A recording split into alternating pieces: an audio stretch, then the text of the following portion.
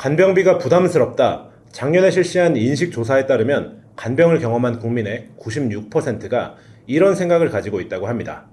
간병인을 사용하자니 비용이 부담스럽고 자식들에게 부탁을 하자니 짐이 되는 것 같고 또 자식 입장에서도 바쁘다는 핑계로 부모님을 제대로 돌봐드리지 못한다면 그건 너무 힘들겠죠. 이러한 이유로 간병인 보험이 최근 큰 관심을 받고 있는데 주의하실 점이 간병인 보험이 핫하다고 해서 모든 간병인 보험이 다 좋은 건 아닙니다.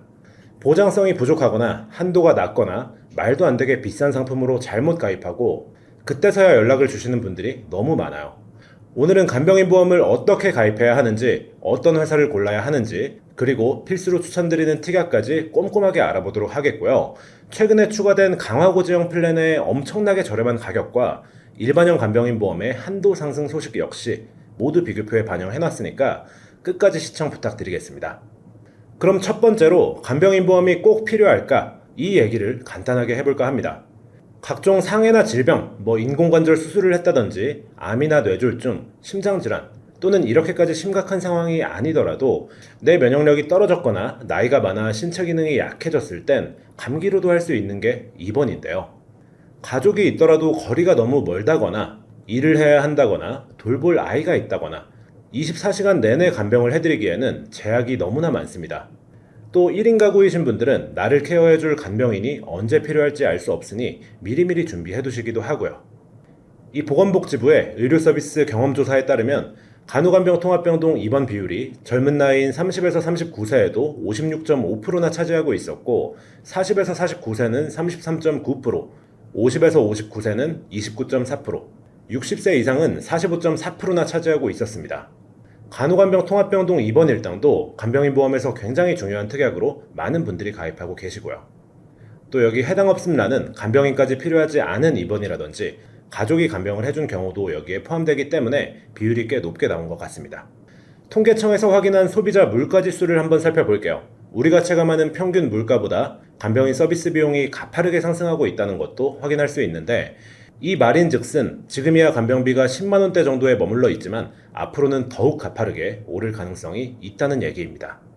식비나 특별수당 등을 제외하고도 간병비가 하루에 15만원이라고 가정하면 한 달에 간병비만 450만원을 내야 하는데 당연히 경제적으로 부담이 될 수밖에 없는 가격대고 내 월급보다 비싼 간병비라든지 간병 파산이라는 말이 괜히 나오는 건 아닌 것 같습니다. 그래서 간병인 보험은 누구나 여유만 된다면 하나쯤은 꼭 들어 놓으셨으면 하고요. 심지어 최근에는 간병업체의 등록이 정말 간편해지다 보니 가족을 간병인으로 고용하시는 경우도 있다고 하는데요. 이건 과연 어떻게 된 건지, 정말 가족이 간병을 해도 간병비가 나오는 건지 여기에 대해서도 확인을 해보도록 하겠습니다. 문의를 받다 보면 정말 많은 분들이 이 질문을 주시는데요. 가족 간병이 정말 가능한가요? 그게 어떻게 가능한 건가요? 라는 질문입니다. 이 부분을 이해하려면 일단 가족 간병의 시스템을 좀 아셔야 합니다. 일단 환자 A씨가 있고요. 간병인을 구해야 합니다. 그럼 간병인 지원업체에 어플이나 전화를 통해 문의를 합니다. 그럼 이 업체에서는 본인들한테 등록되어 있는 간병인을 매칭시켜줍니다. 그리고 환자가 이 간병인이 괜찮다 하면 매칭이 되는 거예요. 요즘에는 간편하게 스마트폰 어플을 통해 간병인의 프로필을 확인하고 내가 직접 선택까지 할 수도 있는데요. 이렇게 간병인이 매칭이 되면 간병인이 나를 간병해주고 나는 간병업체에 간병비를 지불하게 되겠죠. 그럼 간병업체는 소정의 수수료를 떼고 간병비를 간병인에게 정산해줍니다. 간단한 시스템이죠. 간병업체뿐 아니라 어떤 인력업체든 대부분 이런 시스템으로 돌아갈 거예요. 그러면 가족 간병은 어떻게 되는 거냐? 아까 간병인 지원업체에 등록을 한다고 했잖아요. 여기에 가족이나 지인이 등록을 하는 거예요. 그리고 어플을 이용해서 가족과 내가 매칭이 되면 이게 가족 간병의 구조다 라고 보시면 됩니다. 많은 분들이 오해하시는 게 가족 간병을 하면 간병비 지급이 안 될 거라고 생각해요. 모든 회사가 가능한 건 아니지만 오늘 제 영상에서 보여드릴 모든 회사가 다 가족 간병이 가능한 회사들입니다. 약관 내용을 한번 살펴볼게요. 간병 업체를 통해서 간병 서비스를 제공받는 거고 영수증 또한 간병 업체에서 끊어줍니다. 그리고 약관상 가족이나 지인일 경우에는 제한된다는 내용 또한 없어요. 사실 제가 간병인 보험을 추천드리기 시작한 건 1년이 채 되지 않았는데 갑자기 추천드리기 시작한 가장 큰 이유가 이 가족 간병이거든요. 언제라도 막힐 수는 있지만 적어도 몇몇 회사에서는 현 시점까지 가능하다는 점 참고 부탁드리겠습니다. 제가 절대 추천드리지 않는 간병인 보험이 있는데요. 우선 간병인 보험은 둘로 나뉩니다. 간병인을 직접 지원해주는 간병인 지원보험과 내가 간병인을 부르고 청구하면 정해진 금액이 나오는 간병인 사용보험이 있는데요. 결론부터 말씀드리면 제가 추천드리는 유형은 간병인 사용보험입니다. 간병인 지원보험은 가입자가 간병인을 필요로 할 때 보험사에 요청을 하면 48시간 내에 간병인을 직접 보내주게 되는데요. 내가 따로 알아보지 않아도 보험사에 전화만 하면 간병인을 보내주고 비용을 대주는 게 아니라 간병인을 직접 보내주다 보니 인건비 상승 걱정 역시 거의 없다고 볼 수 있습니다. 그런데 이런 여러 장점이 있는 간병인 지원보험을 저는 웬만하면 추천드리지 않는데요. 그 이유가 뭘까요? 우선 48시간이라는 말이 좀 거슬립니다. 내가 만약 이틀 정도만 입원을 하게 됐다. 그런데 간병인을 컨택하고 나에게 연결되는데 48시간이 걸린다면 사실상 도움을 받지 못할 가능성도 있는 거예요. 그리고 이 간병인 지원보험을 추천하는 분들이 가장 강조하는 게 인건비 걱정이 없다. 사용보험은 인건비 올라가는 거 감당 안 된다. 이런 얘기를 하시는데 간병인 지원보험 역시 인건비 상승에 대한 걱정은 없지만 보험료 변동에 대한 걱정이 있습니다. 최대 10년 갱신형으로만 가입이 가능하기 때문인데요. 갱신형은 갱신 시점에 손해율에 따라서 보험료가 변동됩니다. 인건비 상승으로 손해율이 높아진다면 갱신 시점에 내 보험료도 그 손해율에 따라서 비싸질 테니까 결국 시간이 지나면 인건비 문제에서 완벽하게 자유로울 순 없는 거나 마찬가지다 라는 게 제 생각이고요. 제가 실비보험처럼 특수한 경우가 아니고선 갱신형을 잘 추천드리지 않는 게 이런 불안정성 때문인데 마찬가지의 이유로 간병인 지원보험은 추천드릴 수가 없습니다. 어떤 보험보다도 노후에 가장 필요한 게 간병인 보험인데 중간에 너무 비싸지기라도 해서 해지한다면 이게 무슨 소용이 있을까요? 이 갱신형으로만 가입이 가능하다는 점, 이 점이 가장 큰 단점이라고 생각하고요.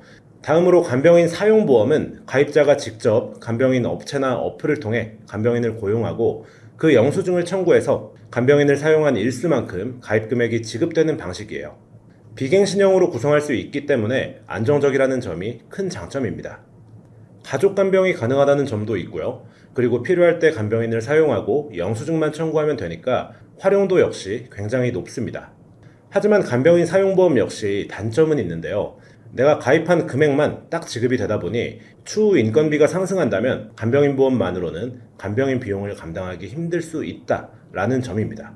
이걸 의식해서 최근 간병인 사용보험은 체증형이라는 유형을 내놓았는데 체증 정도는 회사에 따라 다르지만 비사로 예를 들어 설명드려보면 가입 당시에 간병인 사용일당 15만원을 가입하고 5년 후에 20% 체증돼서 18만원, 10년 후에 50% 체증돼서 22만 5천원, 가입 20년 후에는 100% 체증이 돼서 30만원을 받게 됩니다.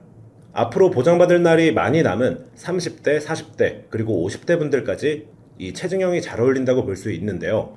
문제는 가입 나이가 60대나 70대인 분들의 경우 최대 체증액에 도달하는 20년 뒤에 계약이 거의 종료되어 간다는 점인데 다행히 이번 달부터는 15만원이 최대였던 일반형의 가입 금액이 20만원으로 대폭 상향되었습니다. 이러면 앞으로 20, 30년 정도 이 기간만 보장받길 원하는 분들도 크게 부족한 금액은 아닐 거예요. 간병인 비용이 하루에 20만원 넘게 상승하더라도 일반형이 그만큼 저렴했기 때문에 내 돈을 조금 보탠다고 생각하시면 되는 거고요. 결국 사용일당을 선택하시는 가장 큰 이유는 안정적이라는 점, 그러니까 보험료가 오르지 않는 데다가 20년만 납입하면 90세 혹은 100세까지 보장만 받으면 된다 라는 점에서 높은 점수를 줬어요. 그리고 결론적으로 저는 안정적인 사용일당 쪽을 훨씬 더 추천드립니다. 그런데 아마 영상을 보시는 분들 중에 나이가 좀 있으시거나 고령의 부모님이 계신 분들은 가입이 안 되진 않을까 이런 걱정도 하실 거예요. 여기에 대해서도 알아보겠습니다. 우선 상품이나 플랜에 따라 차이는 있지만 많은 회사들이 간병인 보험의 나이 제한이나 병력에 따른 한도를 풀기 위해 노력하고 있습니다. 80세까지 높은 한도로 가입이 가능한 곳도 있고 80세가 넘어도 가입이 가능한 회사가 있습니다. 병력 역시 당뇨나 고지혈증, 고혈압약 복용, 꾸준히 호르몬약을 복용하신다든지 하는 경우엔 전혀 문제가 되진 않고요. 문제가 되는 건 5년 내 입원이나 수술 이력이 있을 경우 웬만한 수술은 넘어가기도 하지만 척추관 협착증으로 인한 수술을 했다든지 중대질환이 있었다든지 하는 경우에는 일부 제한이 있을 수 있긴 합니다. 또 최근에는 10년 고지형, 그러니까 더 저렴한 강화고지형 간병인 보험도 나와 있는 상태고요. 이건 잠시 후에 가격 비교해서 직접 보여드리겠습니다. 어쨌든 정리해보면 제한이 없는 것은 아니지만 고령의 고객님들을 위해 나온 보험인 만큼 웬만한 병력은 문제없이 넘어갈 수 있으니 언제든 보험담으로 연락 주시길 바라겠습니다. 그럼 지금부터는 오늘의 핵심 내용이죠. 가격 비교를 진행해 보도록 하겠습니다. 간병인 보험을 취급하는 회사는 20곳 가까이 됩니다. 하지만 대부분은 오래전에 만들어 놓은 특약을 그대로 유지하고 있을 뿐이고요. 작년부터 큰 인기를 얻고 있는 가족 간병이 가능한 플랜들은 이 3곳만 보시면 됩니다. 사실 지난달까지는 4곳을 보여드렸는데 오늘 보여드릴 3곳이 계속해서 업데이트 되는 동안 한 곳은 제자리 걸음만 하고 있기에 빼버리고 이 최고의 회사 3곳 중 어떤 회사가 유리한지 바로 확인해 보도록 하겠습니다. 55세 남녀 기준 20년 납 90세 만기 간병인 사용일당 20만원, 요양병원 5만원, 간호간병 통합서비스 7만원 기준으로 일반형을 비교했고요.